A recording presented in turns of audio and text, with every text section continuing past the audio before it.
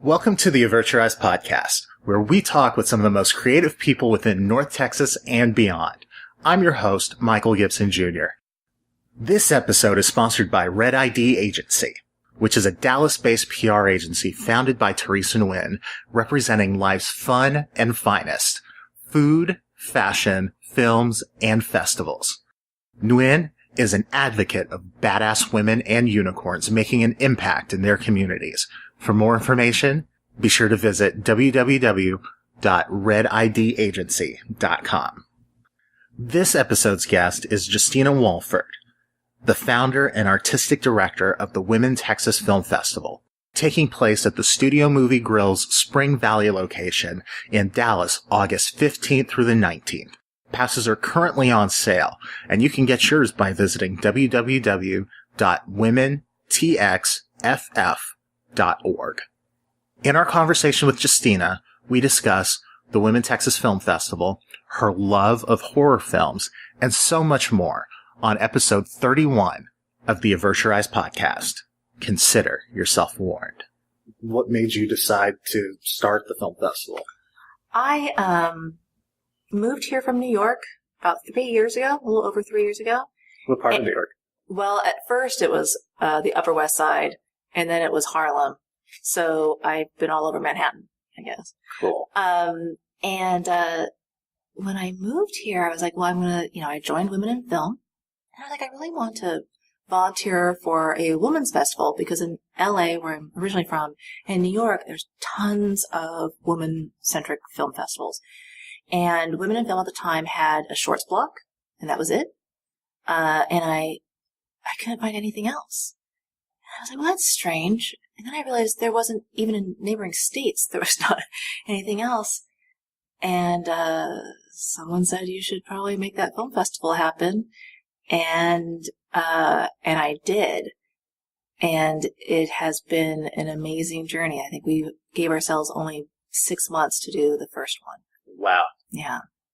So what was that process like, actually putting your own festival together for the first time? It was definitely a lesson in team building, because one thing that cannot be a one-man show is a film festival, and I am not someone who likes to ask for help, so that was one thing. And then, so putting the board together was probably the most pivotal part. And Pete Asplund, who helped create the festival back then, he introduced me to Lisa, who then introduced me to Audrey, and they were like, them and John Wildman were our first board, and a board of 3. And we pretty much did everything on a shoestring with very little time. It's like whatever we can afford to do or can do with the bandwidth we have, because we all were full-time people, pulled it together, and then second year, we felt a little more grown up. And this year, I feel like we actually turned 18. It's like now we're ready to be considered real adults. And it was definitely the best way to get to know Dallas, because I, of course, had just moved here when I started the festival. I didn't know many people. And now I feel like I know half the city, because half the city seems fairly involved in film festivals and the arts. What's your favorite part of watching the festival grow through the years? My favorite part of watching it grow is finding out how many people care about female filmmakers and women in general in Texas. Coming from a coastal area, I was afraid of a lot of things about Texas, and there are some statistics that backed up my fear. And then what sort of statistics? We're 4th worst state for female CEOs, as of 2016. Our filmmaker ratios are very similar to Hollywood's, as far as how many women are in charge or directing as of 2016. What's amazing now is our artistic directors of our major film festivals out here are very cognizant of the need to find the female filmmakers. Oak Cliff Film Festival is now 45% female filmmakers. Dallas International Film Festival, 45% female filmmakers. Asian Film Festival has the Women's Showcase, which started last year. That is an amazing growth for our cause, to the point where I was joking saying, oh, we can cancel third year because we were not needed anymore. That's a wonderful feeling to be like, wow, like what we really care about, which is showing female filmmakers, is now happening across the board. That's my favorite part. How would you describe your job as the artistic director of the film festival? At cocktail parties, I say I get to watch movies and tell people what to watch. However, I think my role is, one, I'm curating art. I'm a museum curator, but it's for film. And for a cause film festival like Women Texas, there's an added responsibility to show the best. Any artistic director or programmer can say first year, second year, showing the best doesn't get to happen. You don't get the best. Sundance gets the best. Slamdance gets the best. And even regionally, Diff gets the best. Oak Cliff gets, whoever's in front of you gets the best. So I'm fighting more for those bests, as we grow. But I want to show that women make great films and that women make great films in every genre. That means that even if I don't like the genre, I gotta show it. I personally don't like rom-coms, but I gotta show it. I gotta show the best female created rom-com. You still see I don't succeed completely at being objective by genre. There's 2 horror movies and 1 rom-com. So I definitely put a little bit more of my taste in. But that is actually the responsibility, is to actually almost create a story out of a bunch of stories. And that is the most fun and challenging thing to do as a programmer. Very cool. Well, as a programmer, how many films do you have this year? Now I'm using my cheat sheet. I think we have 38 total. We have, hold on, 1, 2, 3, 4, 5, 6, 7, 8, 9, 10, 11. We have 11 features, 3 shorts blocks, almost 30 shorts. With the submissions we got this year, we could have easily have doubled that, and we might do that next year. About how many submissions do you see a year? 300 this year. Wow. Yeah. So we're small still, considering what, Diff and Oak Cliff have to wade through. Yeah. Yeah. So, but it's very promising seeing, because I was just reading an article. I can't, it slips my mind exactly who had written it, but there's been this push, after the Me Too movement and, trying to diversify Hollywood and stuff. But, since that push, there hasn't been that much of an integration of actual female, just the diversity of workers throughout film. Mm-hmm. You mean like the inclusion of women of color as the filmmakers and LGBT? All that. Yeah. That is a tough one, and something I'm learning is our first 2 years. I purposely sought out LGBT content, women of color filmmakers and stuff, and including maybe more inclusive of them. And it was hard because the submissions weren't there. I'm noticing much more LGBT content coming through now. And I've noticed, and this is something that I actually really try to humbly figure out. As an Asian American filmmaker, I notice a lot of lack of Asian American filmmakers submitting to the festival. And it makes me, whereas the groups that are louder, more Black filmmakers are submitting, more Latina filmmakers are submitting. So, and more women who are directors are submitting than women who are like, I had this role, I'm going to submit, or men submitting for them. Things like that have stopped. And I'm like, what's going on with some of our groups that we're not riding the wave? And I don't know what that is. But it makes me a little nervous because, when people say, well, you joked about canceling the film festival, why are you still doing it? And I'm like, because as an Asian American, I've seen this happen. I'm sure everybody's seen this happen, whatever identity they have, where we're like, oh, I got an all-Asian cast movie that was made by a studio. Now all the Asian American films are going to just happen, right? Joy Luck Club happened, and we were all like, great, we're going to have Asian American films all the time. It never happened until this year. Because we didn't say, we got one. We want 100. And we didn't keep pushing. We just thought we got what we needed, and we were just going to it was just going to be a gift given to us. It's not a gift. Women once dominated filmmaking. There are more female directors in the 20s and 30s, and 40s than male directors until men started going like, hey, this looks fun. And then suddenly men took over and women stopped directing.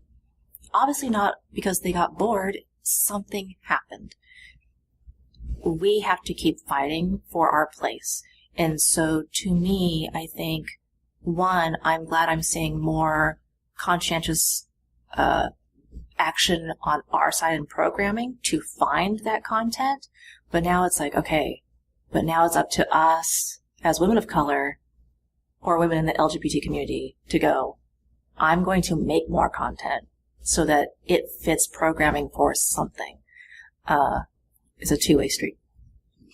Yeah, I think I also saw that you had also made a film before. Yes. What was that about? So I like horror movies. So I wrote, my husband directed, Ladies of the House, which is about cannibal strippers. It is definitely my most intellectual work to date. And it was really fun. Like, we were living in New York at the time. We shot in Dallas. It was a few years ago. It was really amazing fun. And now I'm on my first feature documentary.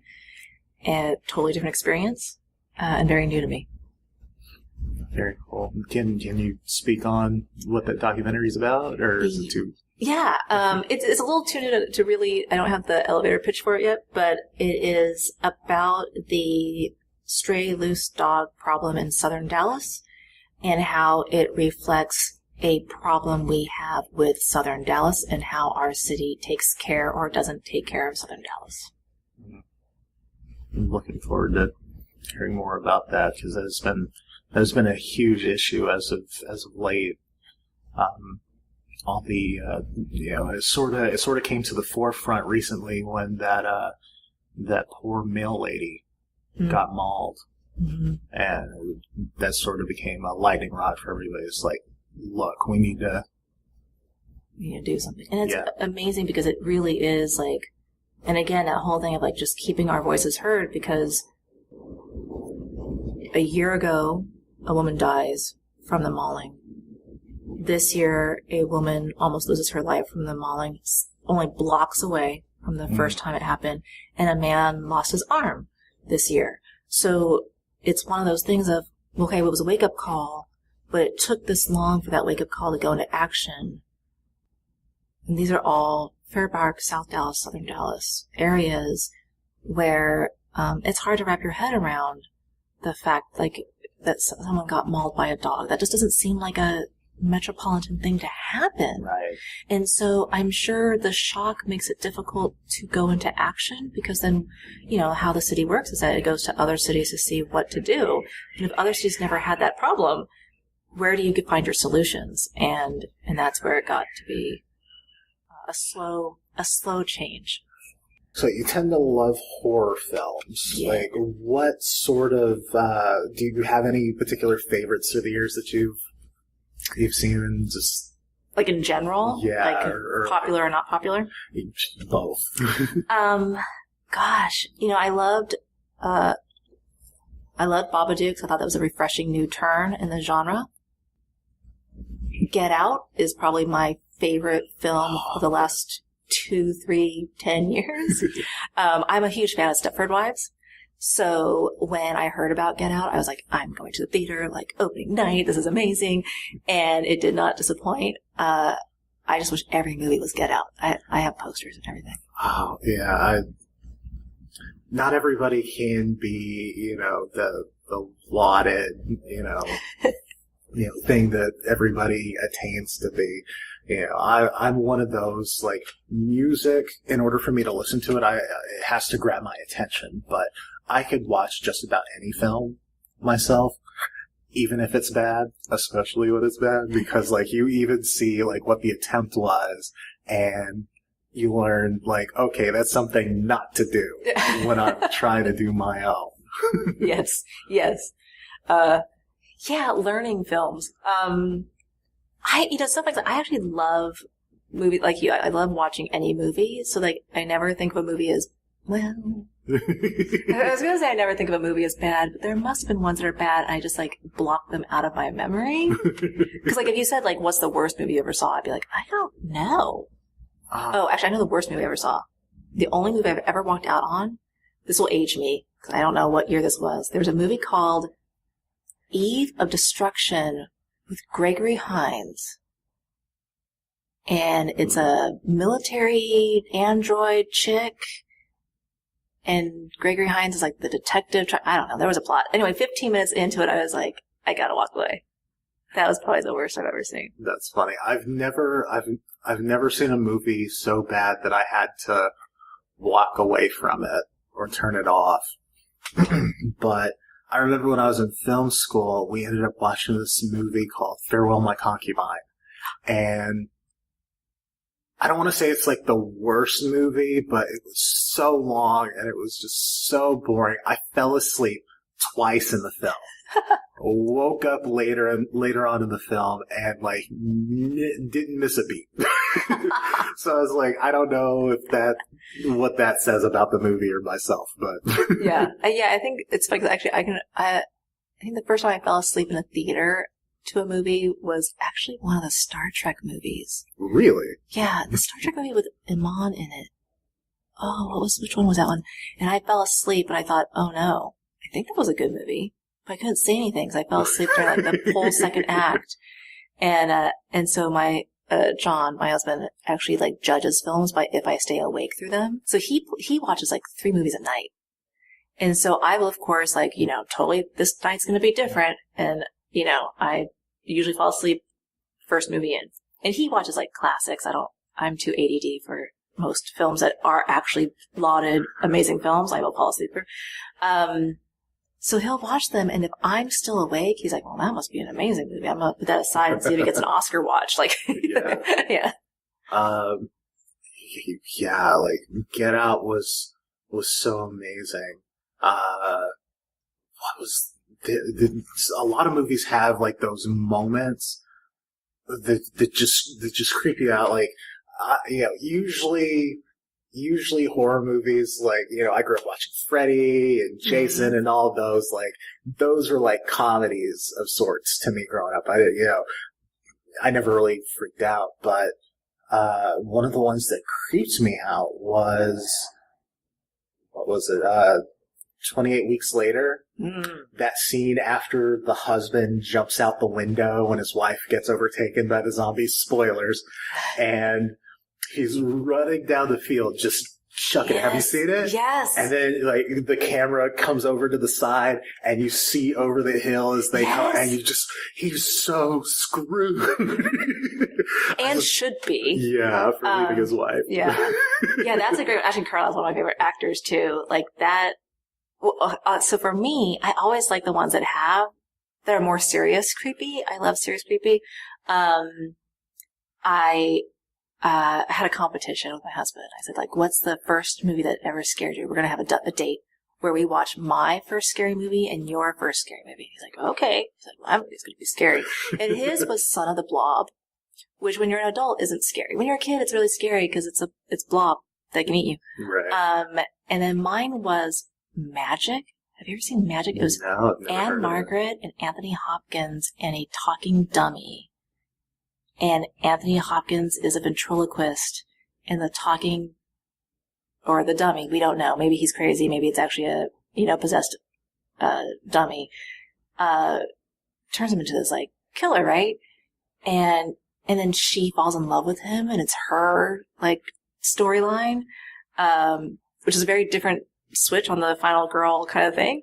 And it was so great and chilling even as adults that I was like, see, I'm more cultured in my horror movies than you are. I won. It is another thing, social commentary, horror. I don't know if much it could be really social commentary as much as sort of a personal relationship commentary along with the scary, creepy stuff. Right. I love that stuff. I wish like there was more. I need more. Yeah, and it's funny though. You talk about like, not seeing a lot of Asian women filmmakers, but like nobody does horror the way that the Asians do horror. Yes, like people like there are a few people that have stuff to hang their hat on, but a lot of stuff that gets done here are remakes of stuff that's done over there. My favorite movie ever is Old Boy. That is my favorite movie. Each of the Killer might be second. There's nothing I love more as a prolific genre than Japanese and Korean horror. And I love that there's actually the Asian horror is actually growing into like the Philippines and Thailand. Like we're seeing a lot more horror. I love the action stuff too, but the horrors, I just like, there's a point where I was like, is it like a Japanese thing that we just need to cut off our own tongues? Is that cultural? Like, what are we doing that? Because like every movie was like that far, and I thought, we don't do that in American cinema. We don't go extreme the how far a human being will go. We don't really go into that as much as, and I think that's why I love the Asian horrors. And it really does. They make really great like zombie horror, but it's also like they really get really more focused on this is how bad a person can be when stress hits you. Yeah. I think one of the, talking about stressful movies, like, I went to film school here in North Texas, and, so I can watch a movie and I'm always looking at, how did they do that? So I remember being in the theater watching, oh gosh, now the name escapes me. What was the name of that movie?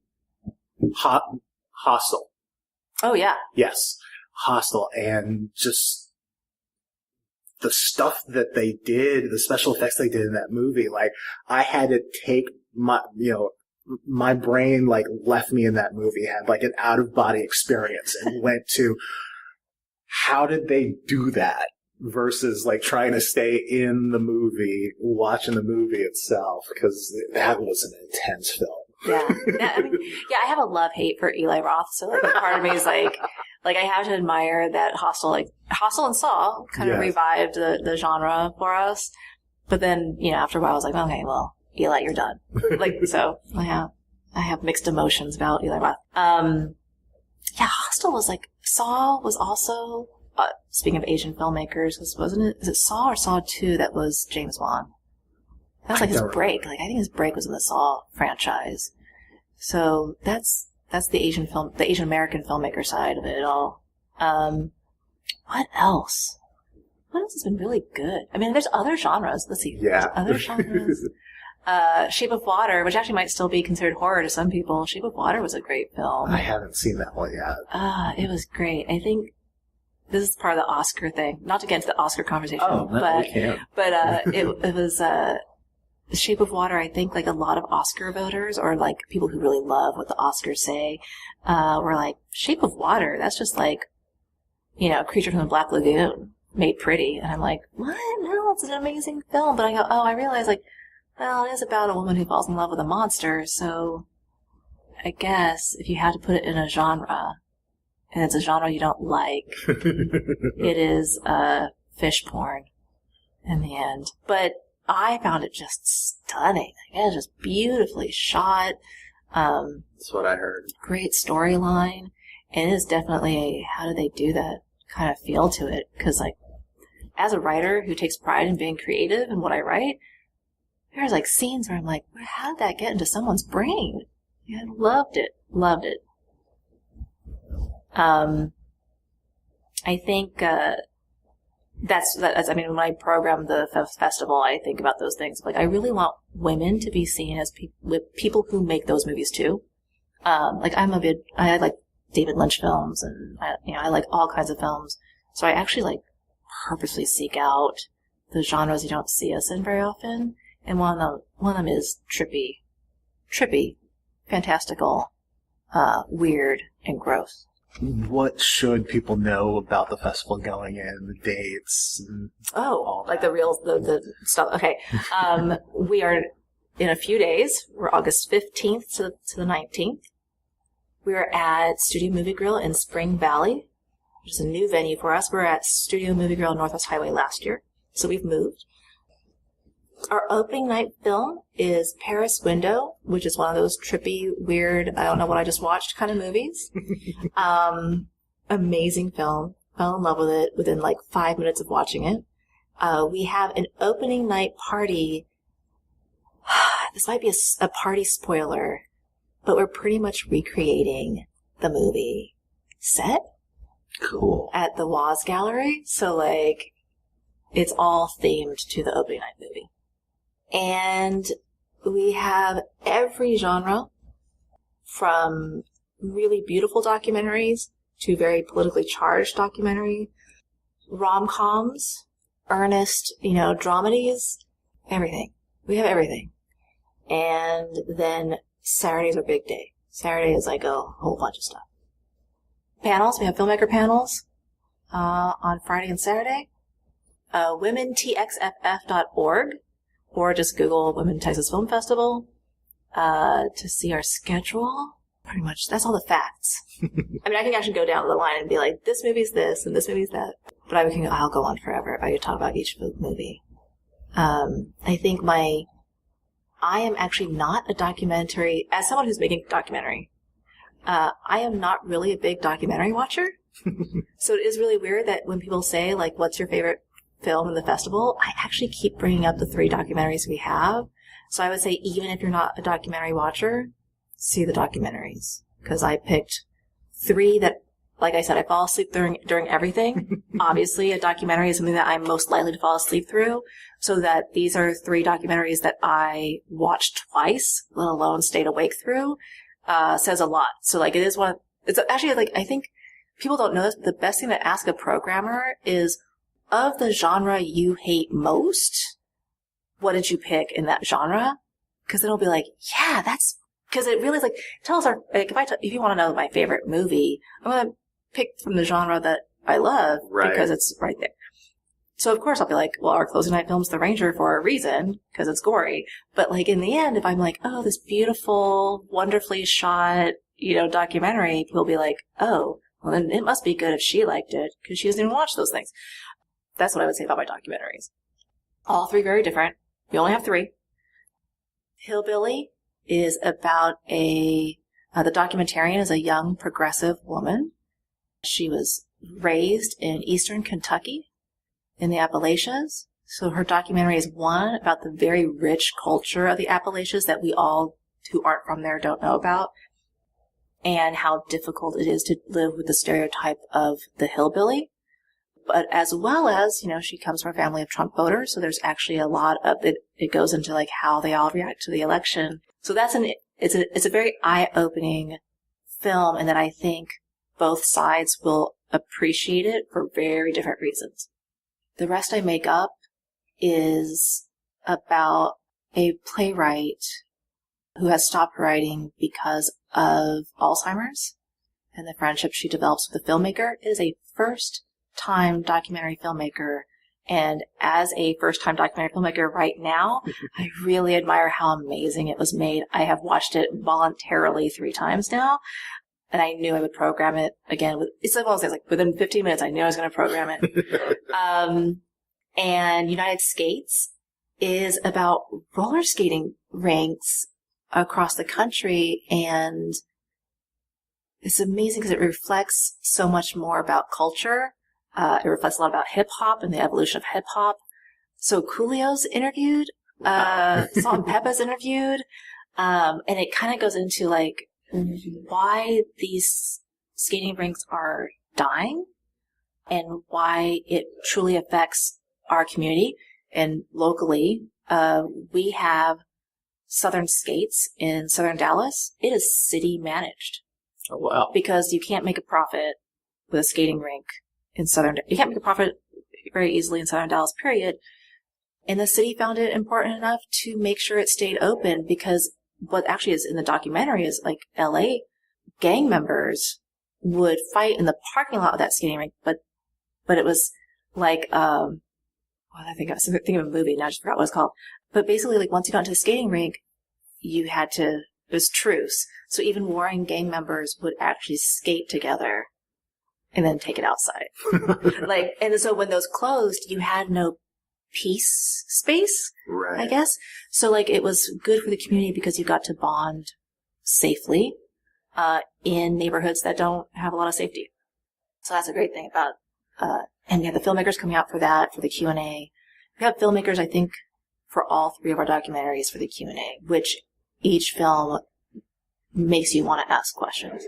Really tough questions, too, because they all touch on politics, racism, health, caretaking. Those sound like very interesting films that I definitely need to check out. What's been your most memorable experience with the festival? Oh, last year, and that's actually why I am more motivated to do documentaries. Last year, there was 2 really amazing moments. One, Representative Victoria Naive did a Q&A after a movie about rape kits and how they're not processed. And she happens to be one of our Texas representatives who fought to make sure our rape kits get processed. And someone from the Dallas area rape crisis center spoke as well.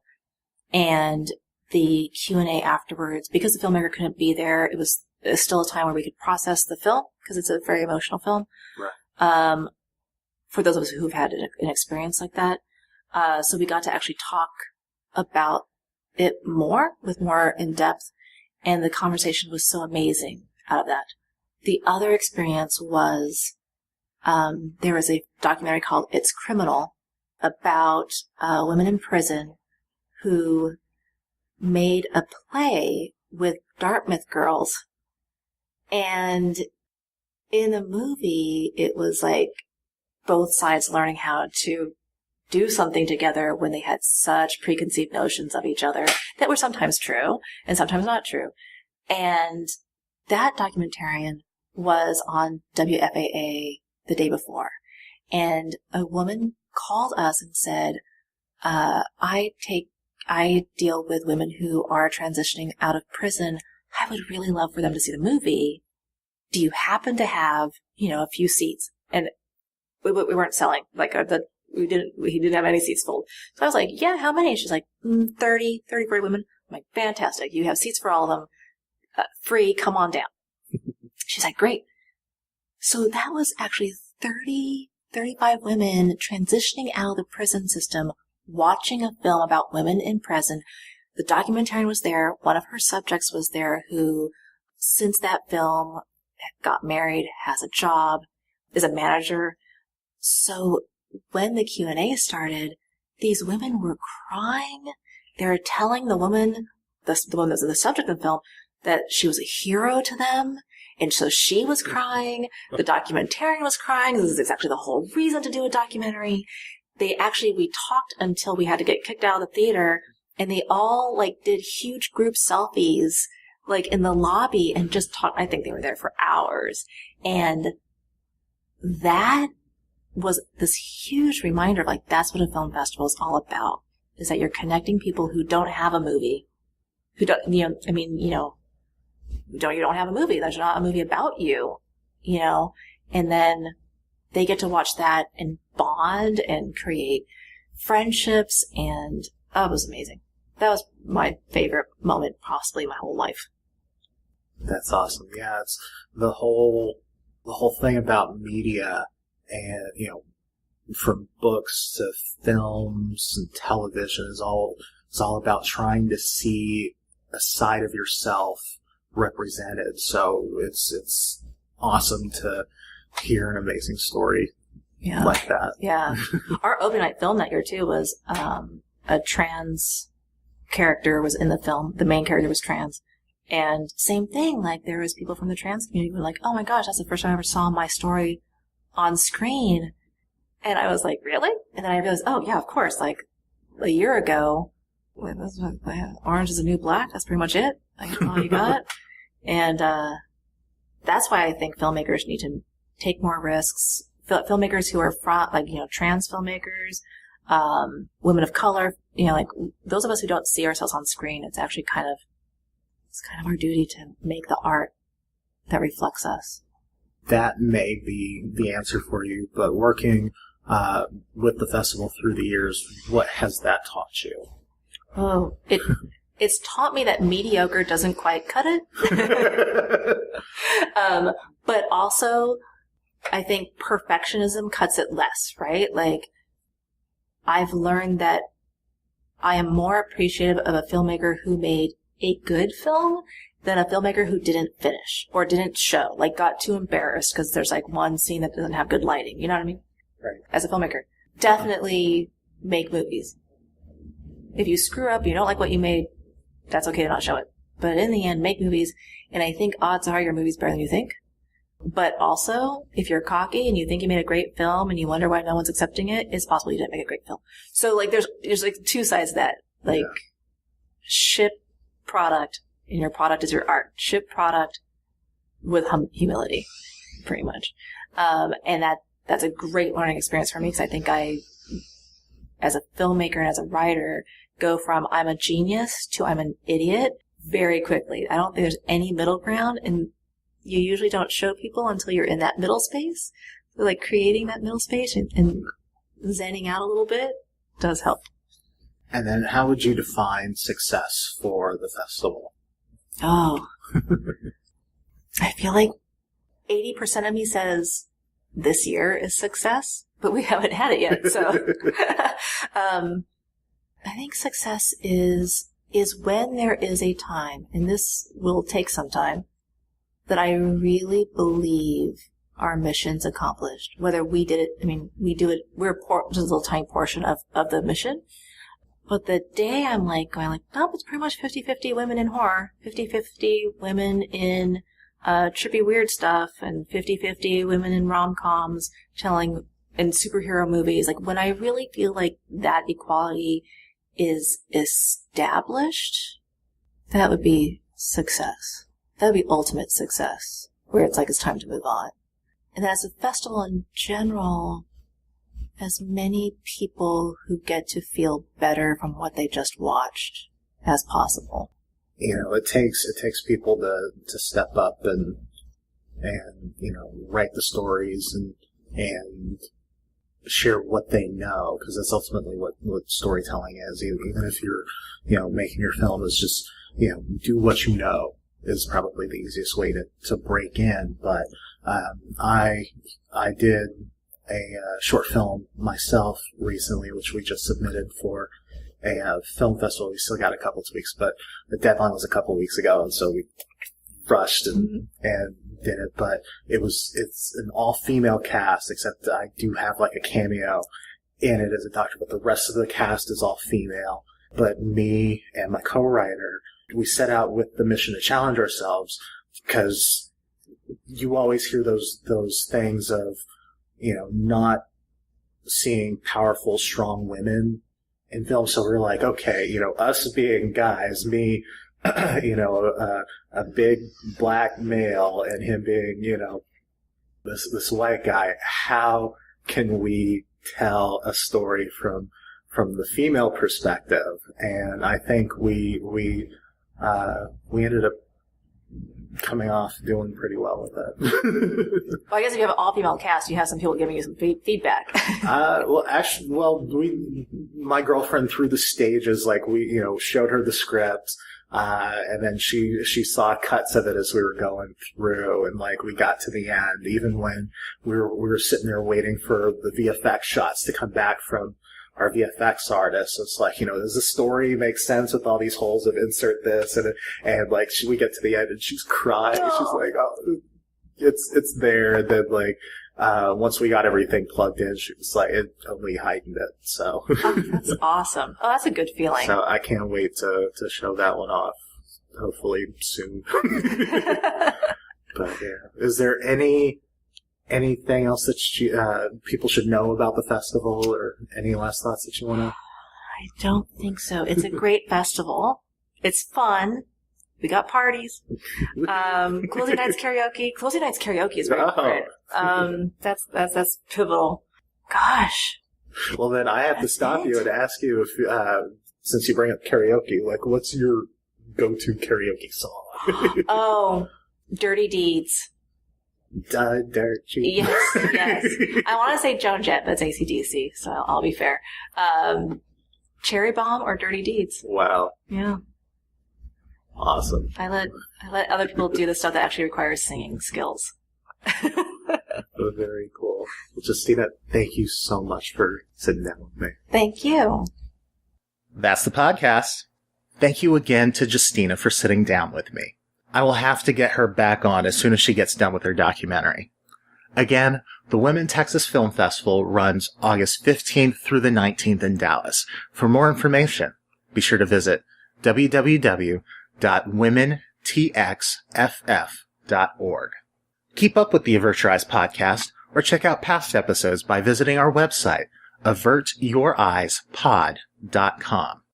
There, you will find everything you need to subscribe to the podcast, with links to Apple Podcasts, Stitcher, Twitter, Facebook, available podcast merch, including the very stylish Avert Your Eyes Ladies Tee, and much more. Go to www.avertyoureyeспod.com and help out the podcast and get yours today.